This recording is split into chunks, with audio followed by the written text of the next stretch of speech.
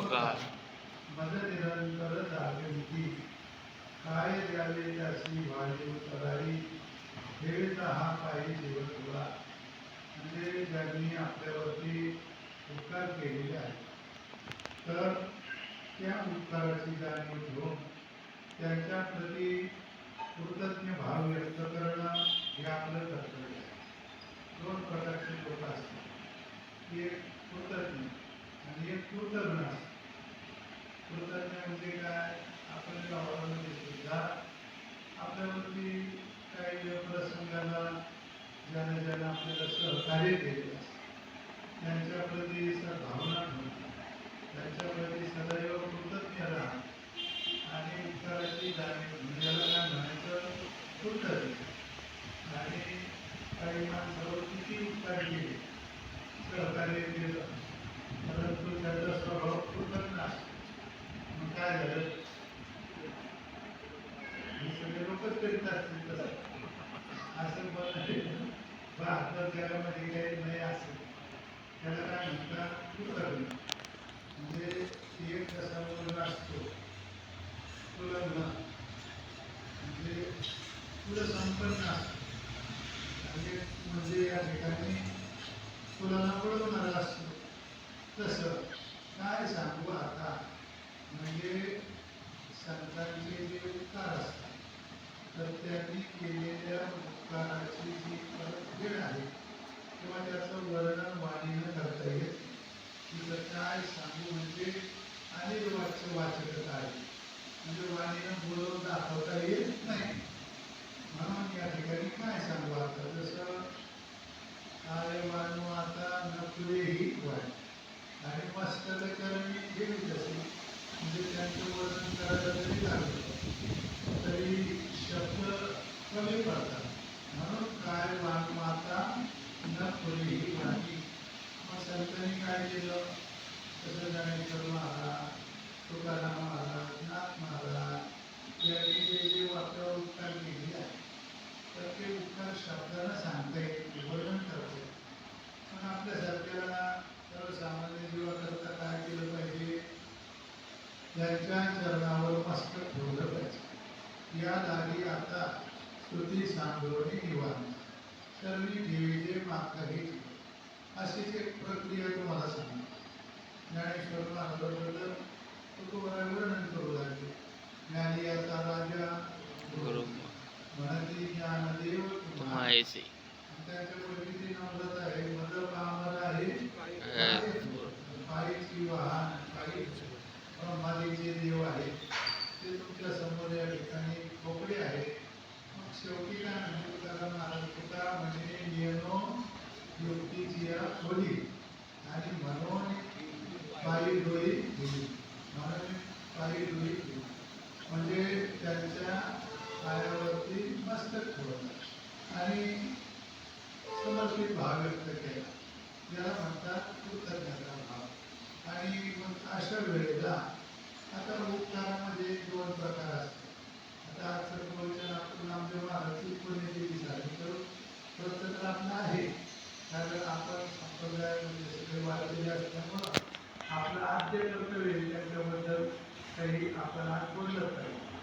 म्हणून तर उपकार हा जो शब्द आहे तर काही व्यवहारातले उपकार असतात.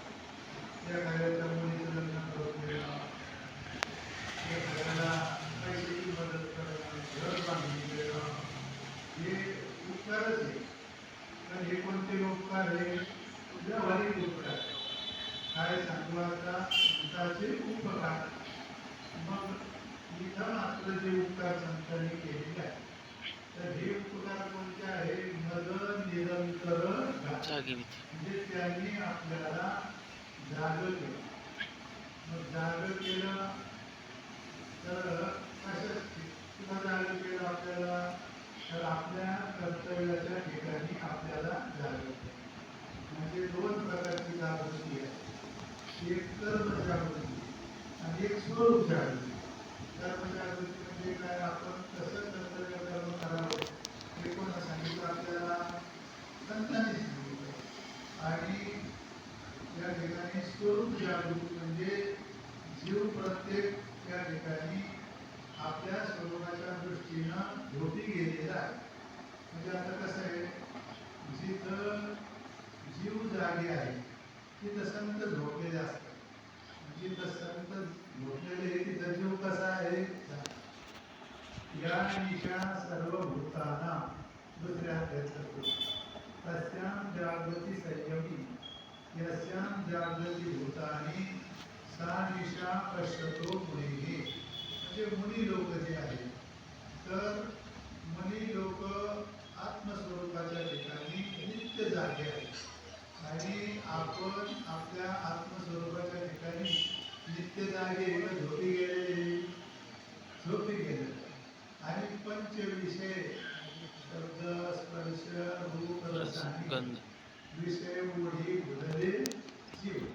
विषयाच्या ठिकाणी आपण कशा आहोत, झोपी गेलेलो आहोत का जागे आहोत? विषयाच्या ठिकाणी जागे, हे समजलं पाहिजे. मला सांगा कसं काही नाही, चुकलं तरी हरकत नाही. विषयाच्या ठिकाणी आपण कसे नित्य रात्र दिवस यायचं का नाही,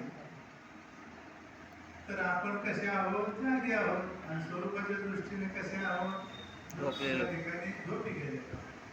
म्हणून जिथं जागला आलं पाहिजे तिथं झोपी गेले, जिथं झोपायला पाहिजे तिथं जागे आहोत. विषय कसे संपादन करावे त्याच्यासाठी रात्रंदिवस प्रयत्न तोच आहे. आणि म्हणून आपल्याला जी झोप आहे, आता झोपीचे मी प्रकार बरेच, त्याच्यावरती सुद्धा आपल्याला कोणती झोप आहे, अज्ञानाची झोप. म्हणून साधू संत महात्मे सकाळपासून टाकल्याचे अभंगे झोपेतून जागे करायचे, हे का उठायचे झोपायचे, सगळे त्याच्यामध्ये हेच आहे ना. उठा जागे वाले आता स्मरण करा भावे चरणी ठेवा माथा उठवी व्यथा जन्माच्या. उठा साधू संत साधा आपुले जाईल हा नरदेह मग कैसे. आता झोप आहे, झोप चांगली का वाईट? चांगलीच आहे तुमच्या मनात.